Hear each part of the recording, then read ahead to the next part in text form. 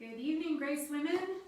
How is everyone tonight? It is 7 o'clock on a Wednesday, and what would have been our typical spring semester is drawing to a close. Next Wednesday will be our last official meeting. That is true for Morning Rays. If you hop on the Morning Rays teaching times at 7 a.m., next Wednesday is the last Wednesday we will meet. Same with Mom to Mom. There's going to be a Mom to Mom Zoom party next Wednesday at 11 a.m. We will finish Fully Alive next Wednesday, and I'm realizing just right now that I need the Fully Alive book. So I'm going to totally go like amateur here because I don't want to have to get up and move around, and I'm literally going to ask my husband to get it. Hey, honey. I am a professional, people. You know what? I need the Fully Alive book, the book that we're studying. It's probably either out in the family room or dining room. I got my notes already. I got everything already, but I don't have the book. So literally, I'm a walking blooper reel. That's cool. I'm good with that. We did some recording at Grace earlier, and thank you, fully created some bloopers. So life behind the camera is never what I expected, and it's never boring. So anyway, so next week is week 10, chapter 10 of our book, Fully Alive. After that, I think I'm going to take 1 or 2 Wednesdays to kind of just recalibrate and get set for summer and kind of figure out what that looks like. We're all really holding everything loosely because we're not really sure when we're going to be able to be back on campus. We will do something online, and it will be on Wednesdays. I just don't know exactly when we're going to start. I do know next week is our last kind of official meeting for this book and this semester, and then we'll take 1 or 2 Wednesdays off, and then we'll crank back up. We might explore kind of some Zoom stuff. Not really sure. So let's see if we've got some people online. Also, while I'm checking, I'm thinking most of you know, but just in case some of you don't know, we went to the time setup that we did on Easter for our Sunday online gatherings for worship. So that is 9 a.m., 11 a.m., 5 p.m. Sundays. So join us there at graceaz.com, and you won't miss a service that way. Okay, I've got a few people who want to get in here, so let me just take care of this real quick, and we will get going. Okay, so it's pretty funny to me, not funny, haha, funny, interesting, that the place that we're at in our book is a chapter on selfishness. We'll get to that in just a second. Okay. Yeah, I told you 9 a.m., 11 a.m., 5 p.m. on Sundays. By the way, my teenager is loving that 5 p.m. slot. He's come over a couple of times, and we kind of hang out on the sofa and do church together in the evening, so that's been fun for us. It is way better than watching the news. And I know I harp on this, but I'm just going to say it one more time. I want to caution you on taking in a steady or a constant diet of news. And when I say that to you, I'm saying that as a former journalist. I worked in newspaper journalism for years. And so I'm not anti-media when I'm saying that. We need to be informed, but we don't need to be consumed. So my strategy is this. I basically dive in at a hard news slot. And what I mean by that is I don't generally hop onto an hour-long program where there might be lots of commentary. I usually jump in and get my news for the day at 5:30 on one of the networks, because that's a hard news slot. They only have 30 minutes to get it done, and so you're going to get the headlines that way and not a lot of the commentary. Look, there's 2 things that are really saturating news programs right now. One is blame. We're going to go back and see whose fault this was. We're going to see who didn't act on time. We're going to see who held up whatever bill that needed to get passed, so blame. And then there's a lot of fear, right? There's a lot of asking of questions that we just don't know the answers to yet. If I get this, will I get it again? What's the fall going to look like? Is the economy going to collapse? All those things, that's speculation. We don't know. We just don't. So dive in, get informed, dive out. There's better things we can do with our time. And that's a journalist talking to you. So there you go. Okay, selfishness. Selfishness is chapter 9. That's kind of like me dropping repentance on you last week. That's a harsh word to think about while we're in crisis. Selfishness. I have no sound. Cindy, do you still not have sound? Some of you guys hop in the chat and leave me a comment if you've got sound or don't. I want to make sure you all can hear. Okay, I'm going to keep going. I don't really see anything yet that gives me a solid answer. So somebody jump in with another comment on whether there's sound or no sound. Okay, Robin has sound. That means I'm going to talk. Okay, selfishness.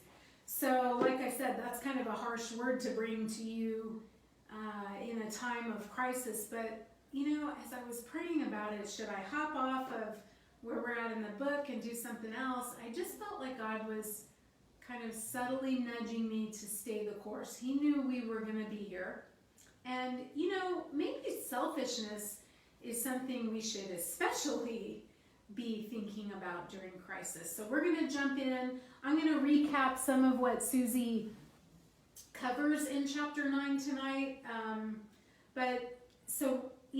When we think about selfishness, our instinct in crisis especially is to draw in. Do I have enough? Do I have enough in savings? Do I have enough toilet paper in the hall closet? We kind of go like this. We hoard maybe goods and food, and it's our instinct. It's just it's that selfish place in us that says protect, me. So I'm going to challenge us tonight, and Susie is going to challenge us tonight to kind of take a look at how can we open our hands, right? There's something really beautiful about opening our hands when instinctively the world is drawing in. It actually is something really remarkable that sets us apart. So we're going to dive into that a little bit tonight. How can I open my hands? How can I open my heart? What does that look like? So practically, if I'm at the store and I have enough toilet paper at home and I see some on the shelf, do I buy it? Do I leave it there for the next person who might actually really need it? At home, we're all at home right now, and maybe there's not enough internet bandwidth or emotional bandwidth for us to all be doing the things we all need to be doing at the same time. So maybe selflessness dictates that we yield our desires, our wants at the moment to other needs and activities in our home. The whole of the Christian life is unselfishizing ourselves. I think that was a bad made-up word, but let me do that a different way. The whole of the Christian life is becoming less selfish, becoming unselfish. Priscilla Shirer wrote something, and I'm just going to excerpt it. I'm going to read some of it to you. I think it's spot on. So she writes, "Don't allow selfishness to keep you from experiencing all that God has planned for you.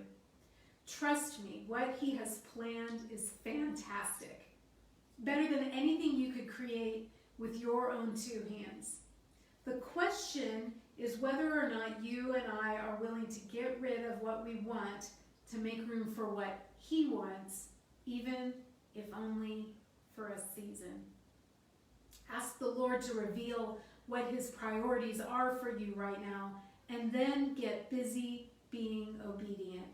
Future fruit is always the result of present obedience. I'm going to say that again. Future fruit is always the result of present obedience.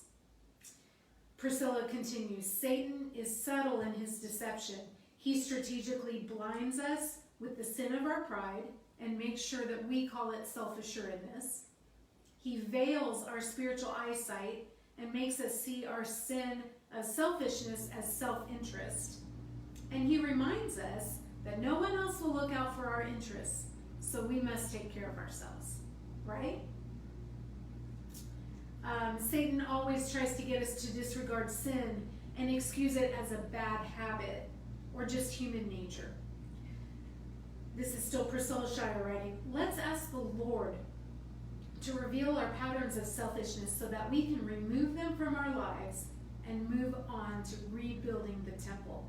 It is in this building process that we will find true fulfillment. That is from the book called And We Are Changed. And it feels like it was written yesterday, but it was written in 2003. And We Are Changed. So I'm going to just kind of dive into Fully Alive for a little bit here. When I picked up this book, I was so intrigued by the juxtaposition in chapter 9, which is where we are. I know it feels like we started this book 3 years ago. It actually was just February. When I picked up the book, though, I was really intrigued by the juxtapositioning of selfishness and bravery. Some of the other chapters really made sense to me. Fear and faith, guilt and freedom, worry and peace. But selfishness and bravery, it made me flip right to that chapter and kind of see what that's all about. But it does require bravery to overcome selfishness, right? So let's just kind of take a trip through some of the content from chapter 8. I know not everyone has the book. I also know moms are homeschooling. Many of us are working now from home. Caregivers are, your workload is, you're not getting a break. You're constantly at home. So I'm not so naive as to think that everyone has read chapter 9. So we're actually just going to take a trip through a little bit of the content tonight.